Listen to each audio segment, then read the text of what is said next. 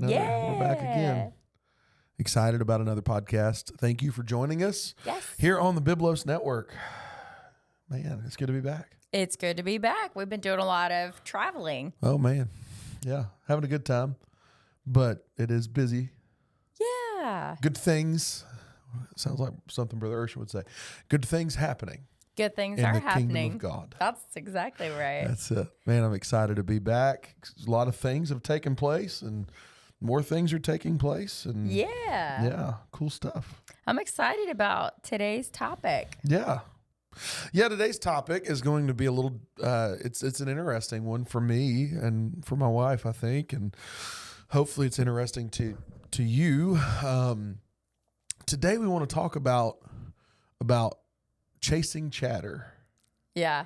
Chasing chatter. This is really good because I feel like this is something that I've really had to learn and through the years growing in that and not reactively responding to things.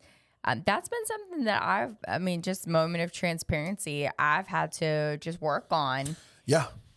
Because this is a thing before we kind of really jump into it.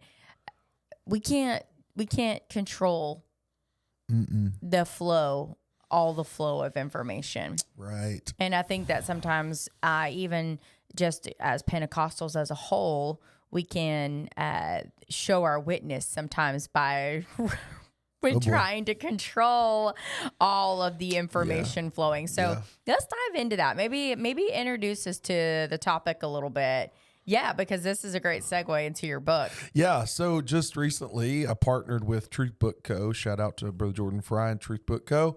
and released a new book titled Navigating the Noise. And in this book, I talk a little bit about, it's dealing with criticism in the church, but I talk a little bit about how to navigate those things that people say. And will it do it?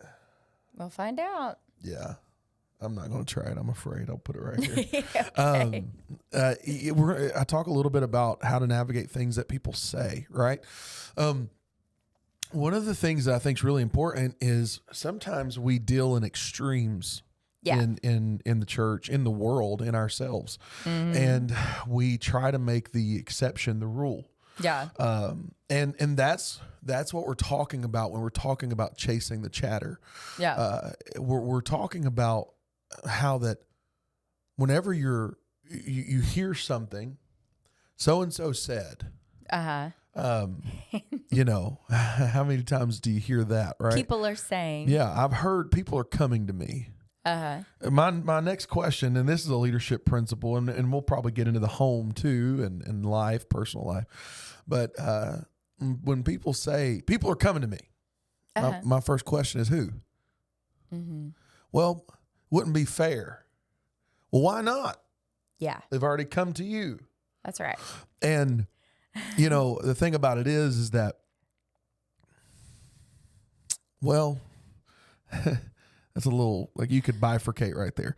So if people are always coming to you, but they're never going to the pastor. Oh man. You might need to look source. At, they need to, you might need to look at yourself. Yeah. And say, why do people keep coming to me?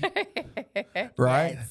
Yes. But you also need to look at where it's coming from. Right. Does this person complain about everything? Look at the context. And two, whenever people come to you and say, well, people are coming to me. Mm-hmm. I have found that and this is true of working in the medical field, I've seen it working with people. You would ask people when I worked in the medical field, how many cigarettes do you smoke a day? Mm-hmm. 2 or 3. Yeah. That's about a pack. Usually. How many beers you drink a day? 1 or 2. That's at least a 6-pack. Maybe a 24. Oh my goodness. Because what people do is when it puts them in a good light, right, they will underestimate.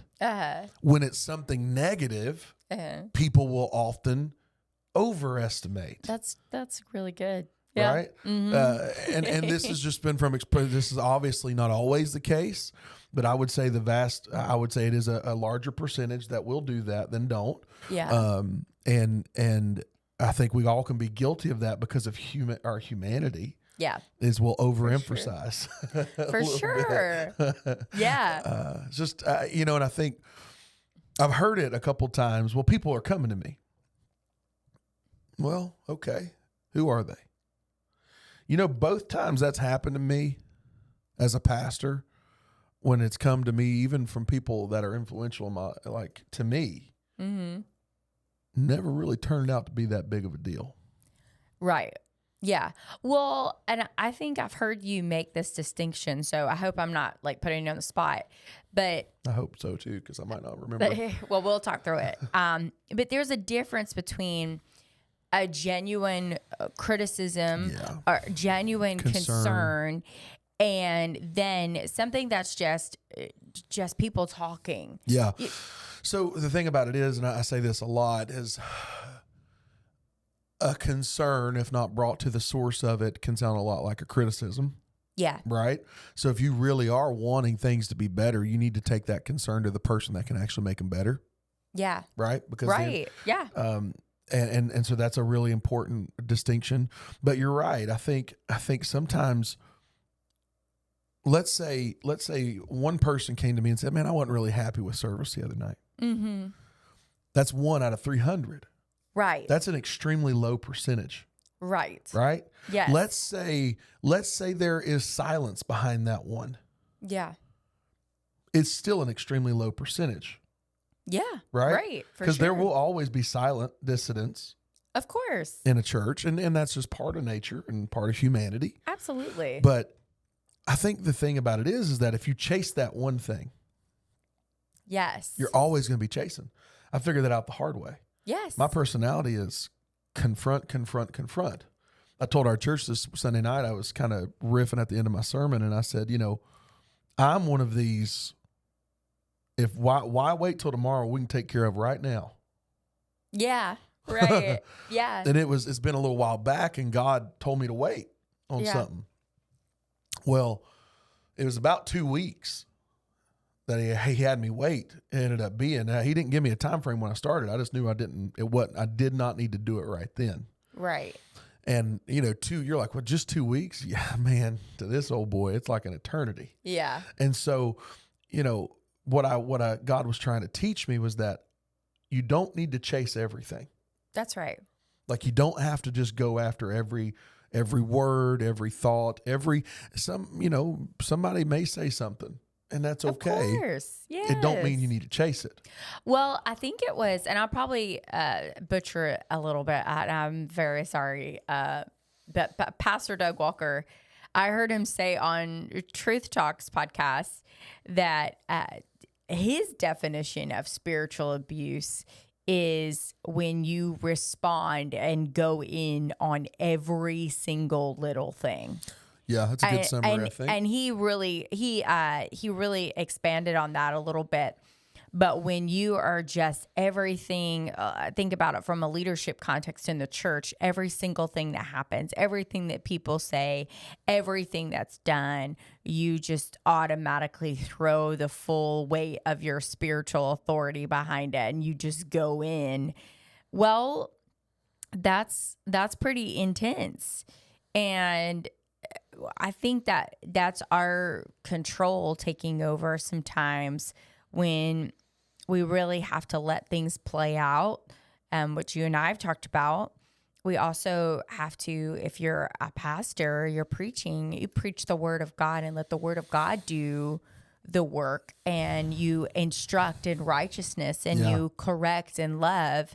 But you also don't feel like you have to just be so reactionary in response. And I've seen you really demonstrate that. And it's a learning thing but just realize when I get up there and for you, when you preach the word of God, that it is the word of God that does the work. Yeah. Well, it's supposed to. I talked to my uncle about this. My uncle pastors in Virginia. He's been pastoring for a very long time. Yes. And, it's so funny, and I'm not afraid to say this publicly. Like when I was young, I thought, man, he's lazy. He won't do anything about anything. Mm-hmm. And what I figured out was that he was just wise. Yeah. He was patient. Yeah. And, that's one of the things I ask. And it's not the thing you got to understand about my family. It's not in our nature. Yeah. To sit back. That's probably a story I can't share, but I better not. I'll say, I come from a family of people. We're not too closely guarded with what we think. Mm. You know what I mean? Yeah. We just get very direct. Yeah, and we get it honest. My papa was that way. My dad was that way. My uncle. We're just, in our, I'm 30. I'm saying my old age in 35 years. I've learned a lot in the last few years. But I think the thing is that sometimes no answer is the right answer. Yeah. Because I've always felt like everything needed to be addressed.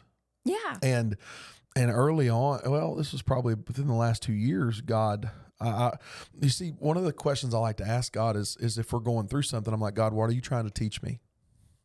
Because listen, I'm not an idiot, but sometimes it takes me a minute. God's like, hey, you've been through this 7 times. Like, would you just figure this out? So I just started asking him, God, what are you trying to teach me here? 7 times. I think there's significance there with that. And what he told me, what I felt he really impressed on me was that he was trying to teach me that not everything requires a response. Yeah. Not everything requires a response. Not every action requires a reaction. Not every word requires a response. And, I thought about, there's a principle I've been thinking about recently there's this idea of a tree, that when a tree is planted and rooted and it begins to grow, it's going to grow toward the sun, which where we're at in the United States, being in the Southeast, and really just kind of where we're at compared to the equator, most of the time that's going to be directly overhead. Mm-hmm. So most of the trees here are going to grow straight up. Now there is a part, I guess it's a national, either that or a state park. I think it's a state park near us, Fort Fisher, and the trees actually grow sideways away from the wind. That's just how the wind's pushing them. But trees will go straight up. And if you want to, you can get a tree like the bonsai. They actually can make the tree grow in directions and sprout in different directions, and they'll tie ropes to it. They'll do different things that they need to do, and it'll make it grow. And what'll happen is the fibers of that tree will start growing. Well, if it's a big tree, you can make it do that. You can pull it, and it'll start growing that direction. And if you leave it like that long enough, it'll stay that way. Mm-hmm. But if you cut those ropes, the tension in the fibers will cause that tree to swing back to the direction it was already growing in. Mm-hmm. And people are a lot like those trees. Yeah. That the ropes of people's opinions will be tied to them, and they'll start growing in that direction. And what'll happen is sometimes it'll be the Lord. Yeah. Sometimes it'll be self-revelation. Maybe just you figured it out. Maybe it's God, divine revelation.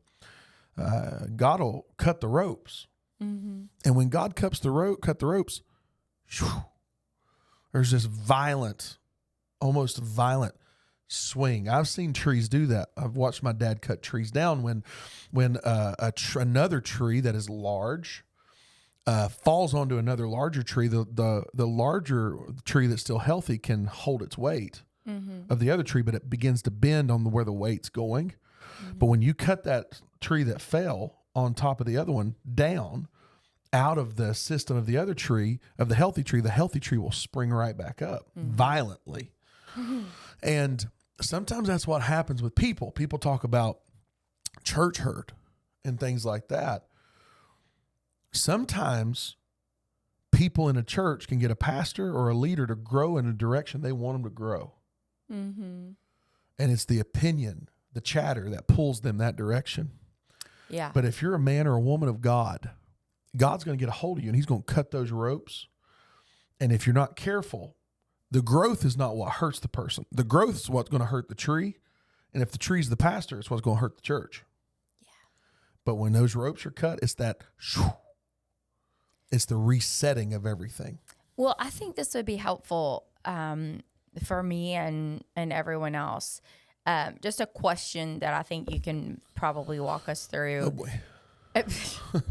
is, so say you're a leader, a pastor, minister, whatever the context may be, and you have a decision to make, or direction you're heading.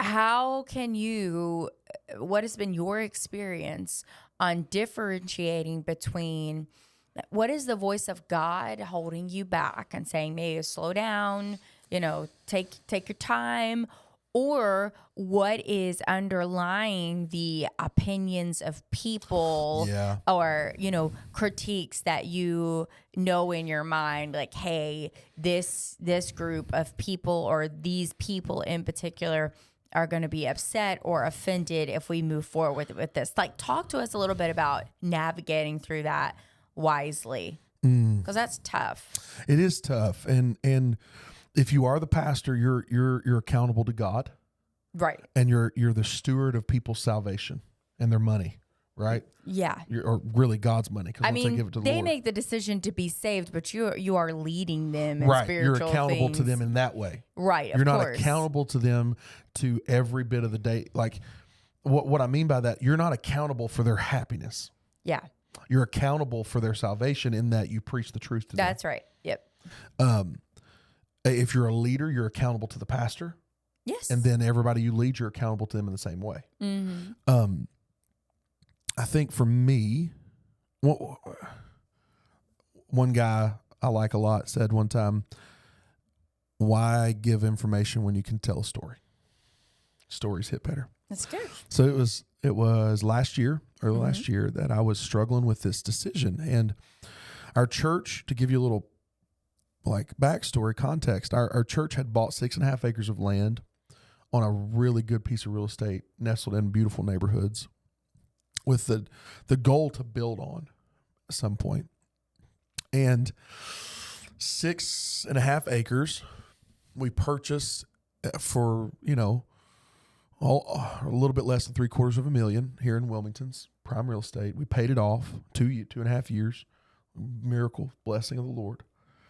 Well, then we transitioned as pastor, and God is just, he did not, the vision that he'd given me was not that. Mm-hmm. And that had been the vision that had been cast in our church for a long time. And so I was struggling. Like, dear God, what am I supposed to do here? Mm-hmm. Like, I got all these people that anytime I bring it up, it's like a golden calf. They just want to cut, like they're ready to cut me. And then I got God, who I feel is like, hey, I need you. I'm about to cry because I'm getting ready to tell you why. And I was like, Lord, I don't know what to do. And there was one day I was praying, and we were in the sanctuary. I was at the altar. I was by myself. And the Lord spoke to me and said, what would you do if you only feared me? Mm-hmm. Okay. Well, I'd sell the land. So that was I can't remember. Whatever it was, the very next service, we announced a board meeting. No, the very next service, yes, we announced a board meeting. The service after that, or not a board meeting, but a business meeting. The service after that, we cast vision. 2 weeks later, we took the vote, and it passed 90-some%, like 95, 96%.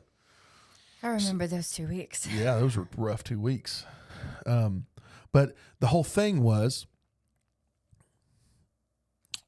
what would you do if you only worried about making God happy?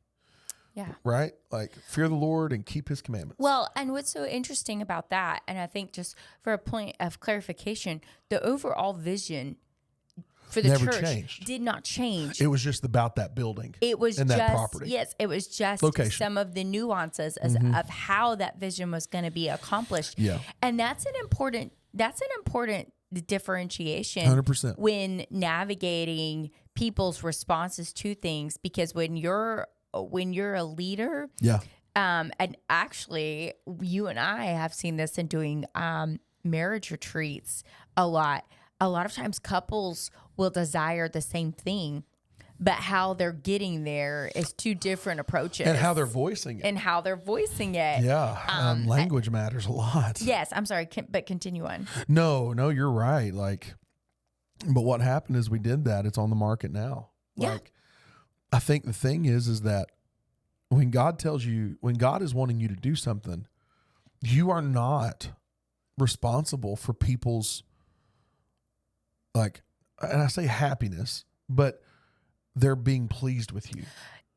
Yes. Well, and I think this is what, if we are reactionary, then we cannot see the broader vision of what's happening, because sometimes we are really wanting the same thing, but it's just, if you get entrenched in all of the chatter and everybody's opinions, then you're not able to see clearly, because you're so in the middle of all of the, as your book says, the noise. You're so in the middle of all of that. It's really hard to see clearly the big picture. Well, you can't. Exactly. Because it becomes a distraction. Yes. And that's one of the things I talk about in the book, is that it's that noise oftentimes is nothing more than a distraction. Because the question, my good friend, one of my good friends, he says, does it pass the who cares test? Mm-hmm. Right? Mm-hmm. Like, and I'll sit there and think, is this going to matter in 5 years? Is this going to matter in 10 years? Now, listen, there's some times where pastors have to make decisions that are probably going to matter a lifetime to some people. Yeah. But for the health of the church, sometimes you just have to do that. But the other part of that is not every decision, not every word, not everything carries that significance.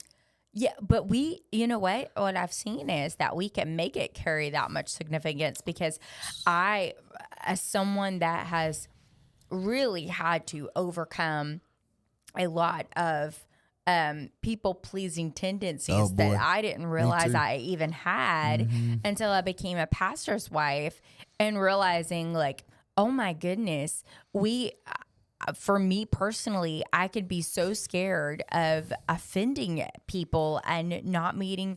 I told a small group I was running, this was probably a year or more ago, that at times I had struggled with feeling overwhelmed at services, because it was like, well, if I didn't talk to people enough, or if I wasn't able, because we have 3 young children, if I wasn't able to connect with the new people or people in our church enough, that them staying in the church was my responsibility. And if they left church because I wasn't able to connect with them enough, that it was my fault. And I realized the Lord really just struck me with that, and realized, like, you are not Jesus, and that is not your responsibility. But if we go to make a decision, or you're casting vision and becoming paralyzed or overwhelmed with what people might think, how they might react or respond, it can become... Well, that's another thing. Fear is not a factor that God uses. No. I can't find where God uses fear on someone who he wants to do his will. Yes. Right? Yes. Now, we know the devil operates with fear, and the enemy operates with fear. So how, like, I think my thing is that, let's break it down to a practical level. I wrote down a couple things, like, how do you assess the chatter? Mm-hmm. Right? Well, number one, I think you gotta ask, who did it come from? Right. I have come to the place, I have not always been this way. I have come to the place where I do not make changes for fictitious people. Mm-hmm. If you can't give me a name and let me have a conversation with them, that's right. I hate it. Yep. Sorry. Yes. Unless God pricks my heart and pulls on me and says, no, I think you need to do this. Mm-hmm. I'm not going to do it. Right. Like, I think we have to be able to say, okay, who's it coming from? If it's a leader in the church that has a nature of being highly invested, godly, righteous, they're praying, or maybe they're a work in progress and they're really trying. Yes. Then you say, okay, I'm gonna look at this person. I'm gonna talk. Is it a member of your church? Member, family, friend, somebody whose nature has been to be very solid. Yes. Then that's one thing. If it's somebody that always complains, that never has anything good to say about anything or anybody, that their outlook is always negative, that the only time they're saying anything good is when it's about them. Here's what's so scary, and this is why there has to be a name and there has to be communication about it. We have a guy in our church that goes to accidents and finds out, like, he helps do some of the work for a company. And when he gets the account of what happened, the stories are so totally different from all of the people. And when you talk to someone that is not solid and maybe they've had some really bad past experiences in church, or they have a view in a certain way, and then you ask somebody else, they can have two totally different accounts of the same event. One through a very negative, and what's so scary about it, and I've witnessed this, and we can all fall prey to this, is that our communication of what we're seeing or what we heard can be very dogmatic, and we don't even realize that we're filtering all of that through our worldview, and that if we're not careful, we can even twist that a little bit to fit the worldview that we have. That is frightening to me. Well, it's what is it called? It's that confirmation bias. Confirmation bias, yes. where you see what you want to see when someone says something. Absolutely. And chances are, like, what I've found is that when people say, "Well, so and so feels X," it's really projection. Yeah. Like, it's usually projection. They are putting, because maybe the person might feel that way a little bit, but the person that's projecting is like overemphasizes or exaggerates the feeling that this other person supposedly has. And then that's when things like, well, I discerned it. Well, I didn't. Yeah. Like, you know what I'm saying? And so you got to be careful. So who did it come from? And then the second thing is, like, what was it about? Yeah. Was it about something really small? Mm-hmm. Was it about something really big? Mm-hmm. If it's about something really small, usually it points to the person more than it does the problem. Yeah. Right? Yeah. Like, if we come in here to do our podcast and this room's 2 degrees colder than it should be, and I freak out, well, there's probably something else going on with me, right? Yeah. And something so small, but if it's something big, then you're like, oh, okay, well, maybe we need to address this then. Yeah. You know. Yes. And then the last thing that I wrote down was, what can be done about it? Yeah. What can I or what should I do about it? Right. Like, if it's something, maybe it's something you can't do anything about. Yeah. Maybe it's something you should do something. Maybe it's something you shouldn't. Maybe it's something that you could, but you shouldn't do. Yeah. That's right. And you have to be careful that you mind those things, that you're looking at it and you're kind of addressing it from that 30,000 foot view. That's right.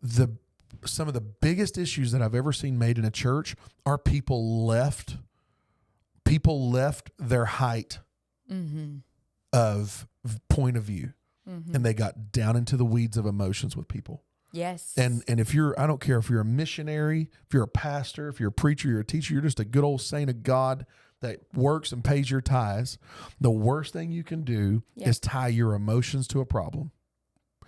Sometimes it's inevitable, but there's an old saying that I think I've heard it said a lot: it's too much drama for me, mama. Like, dude, don't get caught up in the drama of it. Yep. And because what a lot of people will do is they'll get this one side of it. Yes. One thing leadership will teach you is there's always two sides. There's 3 sides to every story. There's their perspective, the other person's perspective, and the truth is probably somewhere in the middle. Because it's not just about what was said and how it was said, it's how it was received. That's right. And so I think that's one of the things we have to look at, is that when you chase chatter, it's going to hurt. Yeah.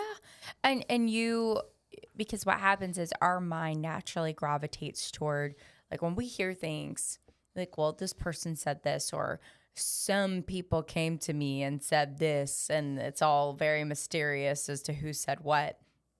Well, then our mind, as a protective mechanism, will often go to playing out the scenario. And usually they're toward the negative of, that's good. Like, hey, this is going to happen. 10 people are mad, and it goes toward the worst case extreme. So it goes to catastrophic thinking. Yes. And usually those things never happen. And we might even have a heightened response to the chatter based on a scenario that we have created in our mind. And then the response that we have looks extremely escalated and over the top because we built it all up. And it's really something very minor that really didn't even need a response in the first place. Yeah, I think, one of the hardest things I've dealt with as a pastor is the after effects. Yeah. Because there's times where you do things and you're like, okay, I had to do that. Mm-hmm. Then there's times where you do things you're like, okay, I had to do that. And then you start you're like, was I? Mm-hmm. Did I? Yeah. Was I right? Sure. And here's the truth of the matter. There are going to be decisions and things you have to do, things you have to say that you're going to have a hard time with. But that's what standing up for righteousness gets you. Yeah. It's like, it's Elijah calling down fire from heaven, and then he's the loneliest he's ever been. Well, I did a post on Instagram yesterday about confrontation, about when to do it. And one of the things was when a pattern of behavior is repeated over and over again. And so it's like, okay, well, if it's in one time, you let it go and see how it plays out, depending on what it is. But then when it becomes a repeated pattern, then it's time to say something. And really, we have to walk a fine line because if we're leading them, we're doing them a disservice if we do not confront in love. But also, if we're responding out of our insecurities or fears, then we can overreact and over-respond, and it can be hurtful. And so finding that balance is really important. And the goal is always correction and love. The goal is restoration, if possible. I was even reading in Exodus and the giving of the laws. And I was reading some commentary that was talking about how different the laws of Exodus were from other countries' laws, because one, the value of human life, but then also that the goal was restoration and not excessive punishment. Yeah. And I really think that is our goal, that if we do have to respond to something, that we're responding in a way that is helpful to the other person or people involved, and not just out of a response because our feelings are hurt or we're fearful about something. Yeah, that's a good point. And like you said, it's responding with the hope of restoration. You can't do that when you're angry. You can't do that when you're upset. Right. Waiting to respond until, if a response is required, waiting to do it until. Well, and here's the thing. This kind of throws back to our last podcast about Grandma Don't Eat That. If it is a loving correction or restorative response, then how they respond says a lot about them. Yeah. That's who they are. If they can't receive it, then I think it just shows where their heart is and that they want to be engaged in that type of behavior. They want to do those things, and their heart is not turned toward receiving correction. Yep. And so when we have the heart of God, we are open to correction, to instruction in righteousness, and we have a heart that says, God, help me to be, even times where maybe we feel like we've been corrected unfairly or unjustly.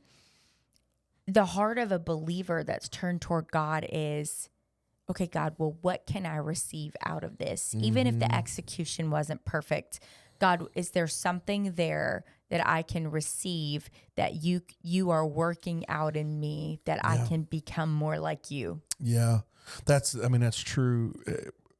The thing about it is when someone discusses something with you that maybe you've done, you've said, it's never easy to be the receiver of that. Right. Some people, their flesh gets defensive. Some people get down. There's just a whole bunch of other things. And I think the biggest thing is kind of like you said, is making sure that we making sure that we do that we respond in a way, God, what can I receive from this? And there's been times when people will give their opinion on something and you just have to say, thank you. Right. I'm going to take that to prayer. Yes, absolutely. And just move on. Just move on. Knock the dust off your feet and go to the next house. Yep. So thank you for joining us. Man, it's been fun talking about chasing the chatter. Don't forget to go pick up your copy of Navigating the Noise. You can get it. Go to truthbook.co, or you can go to Amazon, type in Navigating the Noise, my name. You can get it there. Man, appreciate everybody that's already bought it. Working on 2 more books right now. The next one next one's been several years in the making, so hopefully that will be a good one. But man, we love you. We're thankful for you. It's always a blessing and an honor to be on the Biblos Network. We love and appreciate our pastor, Pastor Urshan, and First Pentecostal Church in Durham. And man, we're just excited about what God's doing in the kingdom and excited that we are a part of it. God bless you. Until next time.